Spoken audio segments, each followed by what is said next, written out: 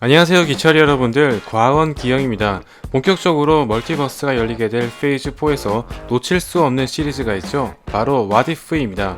실비가 관리자를 죽임으로써 파생된 평행 세계에서 일어난 일을 다룬 애니메이션으로서 정식 스토리 라인에 포함되어 있는데요.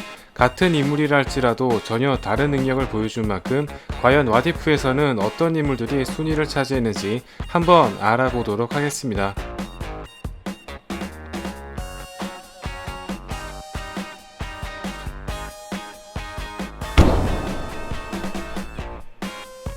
왓이프 최고의 빌런 에릭 킬몬거입니다. 영화 버전보다 훨씬 대우가 좋은 편인데요. 무려 로디와 토니, 트찰라 3명의 히어로를 죽였으며 이로 인해 아이언맨과 워머신이 탄생되지 않게 됨에 따라 아크 리액터 및 각종 스타크 인더스트리의 기술력이 발전하는데 큰 장애를 가져오게 되었습니다. 뛰어난 언변술과 전략을 이용해 토니의 기술력을 훔쳐 와칸다를 침공하는 계획을 세우는 등 거의 혼자서 주요 인물들을 구워 삶아 먹었다고 해도 과언이 아닌데요. 또한 차기 블랙팬서 자리를 이어받으면서 악명을 이어나가게 되었습니다. 영화 버전과 마찬가지로 빌런의 성향을 띠고 있는 편이지만 와처에 의해 가디언즈 오브 멀티버스 멤버로 지목되었는데요. 과연 와처의 진정한 목적은 무엇일까요? 왓이프에서 엄청나게 떡상한 행크 핌입니다. 옐로우 재킷을 입고 등장했으며 무려 혼자서 어벤져스 전원을 죽이는 살벌한 위험을 과시했는데요.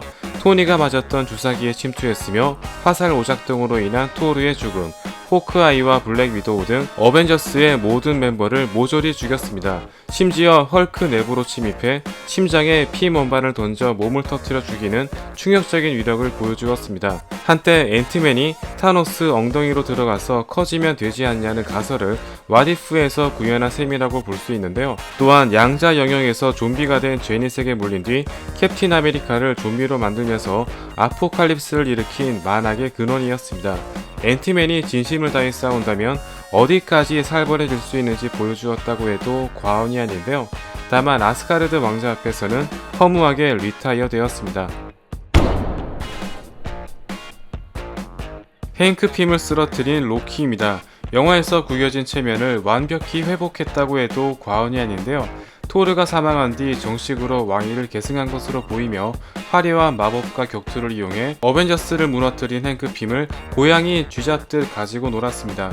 특히 아스가르드 왕권의 힘은 지구인들을 아득히 뛰어넘는 초월적인 경지였는데요. 이후 지구를 정복하겠다고 연설한 뒤 2명의 캡틴과 대치 중이었으나 갑작스러운 블랙 위도우의 기습에 리타이어되고 말았습니다. 참고로 서리거인 종족으로 자란 로키도 등장했는데요. 여러모로 불행한 과거의 기억이 없는 로키이기 때문에 토르와의 관계는 훨씬 좋은 편으로 추정됩니다. 끝내주는 머릿결의 소유자 토르입니다. 인피니티 워에서 엄청난 각성을 거친 토르와는 달리 1편의 토르와 비슷한 스펙이라고 볼 수 있는데요. 워낙 뛰어난 신체 스펙과 망치를 지니고 있기 때문에 캡틴 마블과의 1대1 대전에서도 우위를 점했으며 인피니티 울트론을 상대로 번개를 시전하는 등 스트레인지 다음으로 가장 든든한 멤버였습니다. 다만 영화 버전에 비해 훨씬 파티와 유흥을 즐기는 타입으로서 지구의 라스베가스에 빠져 추태를 부렸으며 멀티버스가 파괴될 운명에 처했음에도 불구하고 술과 배달 음식을 주문하는 등 여러모로 진중해진 로키와 대조적인 모습을 보여주었습니다. 참고로 다른 평행 세계에서 오딘에게 능력을 빼앗긴 토르는 호크아이의 화살을 맞고 사망했으며 로키 드라마에서는 개구리로 변한 모습도 볼 수 있었습니다.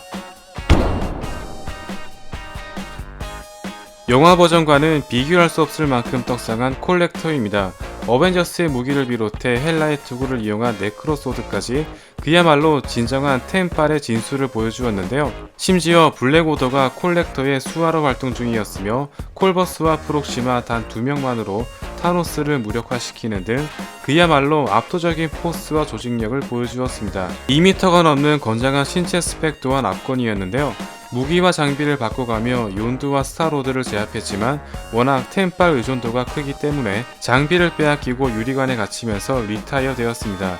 거의 인피니티 워의 타노스급 포지션이라고 봐도 무방하며 엔드게임에서 아쉬웠던 블랙오더의 전투력 또한 다시 한번 느낄 수 있었던 에피소드였습니다. 빌런으로 등장한 좀비 완다입니다. 원래 가지고 있던 능력을 고스란히 사용할 수 있기 때문에 가장 강력한 좀비로 탄생하게 되었는데요. 워낙 강력한 탓에 비전조차 엄두를 내지 못했으며 오코예와 윈터솔저, 스파이더맨은 상대조차 되지 못하는가 하면 스트레인지가 소환한 히든카드로 완다가 등장하는 것으로 보아 헐크조차 패배한 것으로 추정됩니다. 비록 상대는 되지 못했지만 인피니티 울트론을 아주 잠시 동안 저지할 수 있었던 최강자였는데요. 이후 마블 좀비스의 출연이 확정된 만큼 과연 얼마나 살벌한 모습을 보여줄지 기대해 보겠습니다.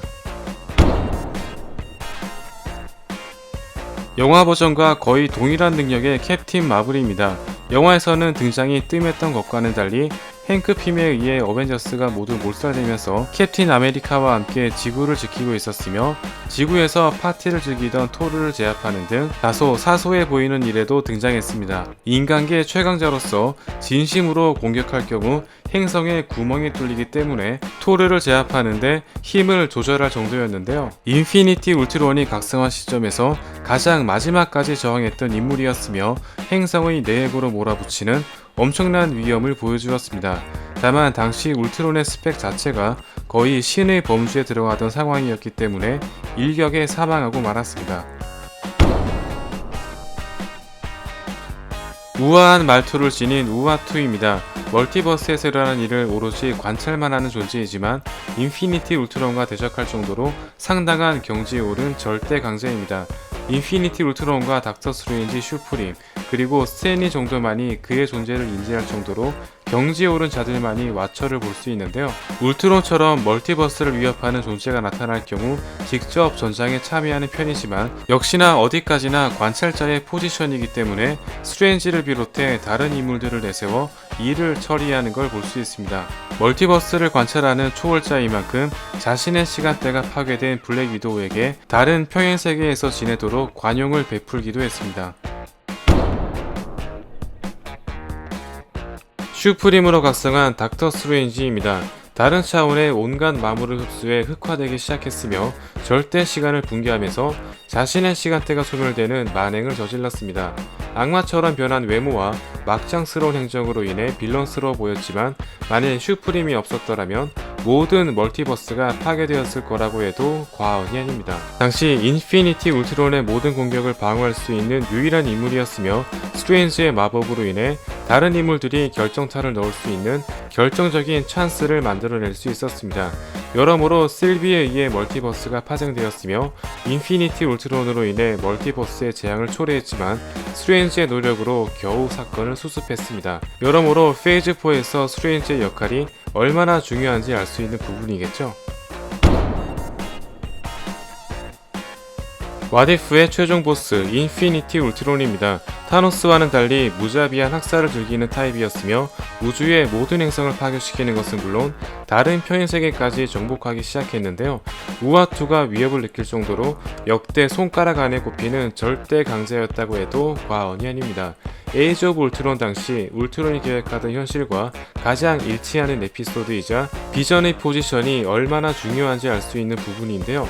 또한 마인드스톤의 레이저가 타노스를 끔살시키는 모습을 통해 인피니티 워에서 콜버스의 활약이 얼마나 뛰어난지 느낄 수 있었습니다. 만일 스트레인지가 흑화되지 않았더라면 지금쯤 모든 멀티버스가 파괴되었겠죠. 울트론을 리타이어시킨 아르님 졸라입니다. 호크아이의 화살에 이식되면서 단번에 울트론을 해킹했는데요. 에이지 오브 울트론 당시 유일하게 울트론을 해킹할 수 있었던 비전이 왓이프에선 울트론 그 자체가 되었기 때문에 그를 상대할 수 있는 인공지능은 졸라밖에 남지 않은 상태였습니다. 사람의 뇌가 알고리즘이 되었기 때문에 좌비스 같은 인공지능보다 월등하다고 볼 수 있는데요. 다만 성향 자체가 빌런격 인물인지라 빼앗은 육체를 이용해 자신의 목적을 실현하려 했지만 때마침 팀원을 배신한 킬몬거와 대립하게 되면서 함께 포켓 디멘션에 갇히는 신세를 면치 못했습니다. 인피니티 울트론을 막을 수 있는 궁극의 존재였지만 결국 킬몬거와 함께 와처의 계획에 이용된 케이스랄까요? 좀비 바이러스에 감염된 타노스입니다. 마인드스톤을 찾기 위해 지구를 침략했지만 타노스 역시 감염을 피할 수 없었는데요. 이미 5개의 스톤을 보유한 상태이며 살아남은 피터와 트찰라가 마인드스톤을 가지고 와칸다로 돌아가는 것으로 끝을 맺었기 때문에 핑거스냅은 반드시 일어날 것으로 보입니다. 좀비가 된 이상 전 인류의 반이 아닌 모든 생명체를 좀비로 만들지 않을까요? 지금까지 가장 강력한 왓이프 강좌였습니다. 참고로 가무라와 토니 스타크의 에피소드는 팬데믹 사태로 인해 제작이 연기되면서 시즌2로 편성되었습니다. 개인적으로 페이즈4에서 가장 재미있었던 시리즈였는데요. 이어지는 시즌2에서도 더욱 흥미로운 에피소드를 기대해 보겠습니다. 다음 시간에도 재미있는 리뷰로 돌아오겠습니다. 감사합니다.